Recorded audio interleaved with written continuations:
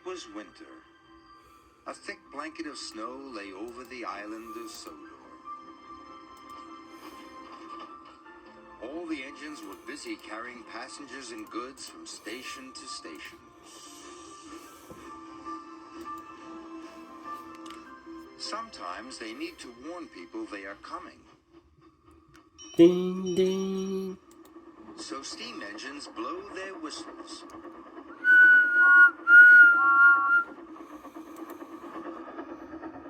And diesel engines sound their electric horns. One day, Percy took some troublesome trucks to the smelter's yard. He whistled hello to Arry and Bert. But Arry and Bert laughed. "Call that a whistle?" mocked Bert. "Just listen to this." Wow. "Just listen to this."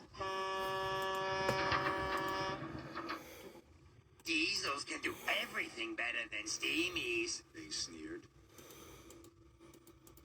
"My whistle's as good as your horns," puffed Percy crossly. "Just you wait and see." Yeah. Percy practiced loud whistling. He blew louder.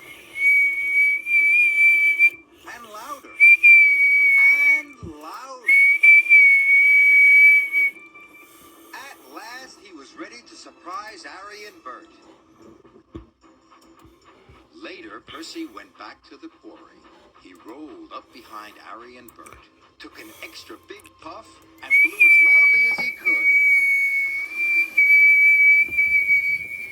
Arry and Bert were surprised. "I told you my whistle is as good as your silly old horns," laughed Percy. Now that he had a super loud whistle, Percy couldn't wait to use it again. When he saw Thomas in the sidings, he took a big puff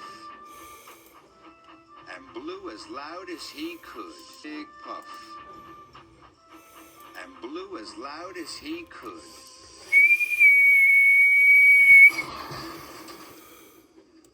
Thomas was cross. "That wasn't funny," he sniffed. Percy didn't notice. He was too busy having fun. Sorry. Percy saw Bertie the bus. He took another big puff and blew. Bertie skidded all over the road. "Percy!" he cried crossly. "You nearly caused an accident!" But Percy had already chuffed away. Sorry, Elmo. That evening, Thomas told Percy to stop surprising his friends. "You made Bertie skid across the road, and my freight cars got damaged," said Thomas. "You made Bertie skid across the road, and my freight cars got damaged," said Thomas. Percy was sorry. "I won't do it again," he wailed. "I promise." Me too. But the next day, Percy was bringing the milk train from the dairy. "I wish I could have one more loud whistle," he said to himself. "I wish I could have one more loud whistle," he said to himself. Me He too. couldn't see any people or engines. But there was something else Percy couldn't see. Trevor was taking food to the farm animals. With snow on the ground, they couldn't find any grass to eat. Percy took the biggest puff of all and blew. Trevor was so surprised his trailer bumped into a pile of logs. A log fell and rolled down the hill. Snow stuck to the log. It turned into a snowball. Uh-oh.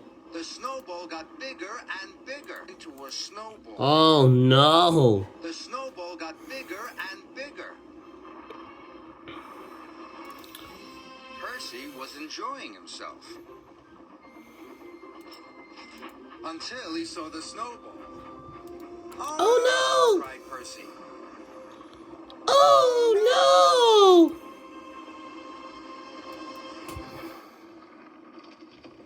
Luckily, no one was hurt, but his driver was cross. "Now I will have to go for help," he said. Percy waited in the cold. His funnel was freezing, and his axles were shivering. At last Thomas arrived with Sir Topham Hatt. He was very cross indeed. "Whistles are for safety," he told Percy, "not for playing games. You must only use your whistle when the time is right." "Yes, sir," shivered Percy. I'm sorry, He promised sir. to use his whistle properly from now on. The next day, Percy was a very quiet engine indeed. He didn't use his whistle once. But as Percy came out of the tunnel, he gasped. A snowdrift? Snowdrift had slipped onto the tracks. Percy heard Thomas. I hear Thomas! Heading straight for the snowdrift. If he did not stop in time, he would have an accident. Uh-oh. We gotta do something. "I must warn him," cried Percy. So do I. Percy took the biggest puff he had ever taken, and he blew the 1, 2, loudest 3. whistle he had ever blown. "Something must be wrong," cried Thomas, and he applied his brakes just in time.